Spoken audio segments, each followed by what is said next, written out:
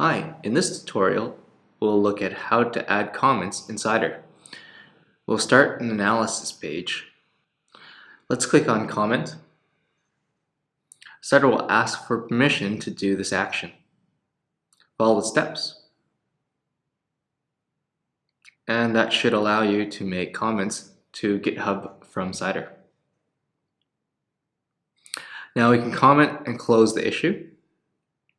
And we can also just make comments without closing so that we could just fix it instead.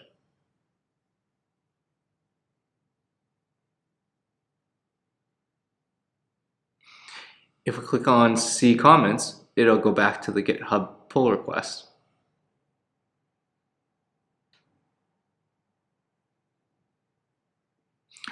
Showing our issues as well as the comment. That's it for commenting in Cider. If you'd like to know more, please go to help.cider.review. Thank you for watching.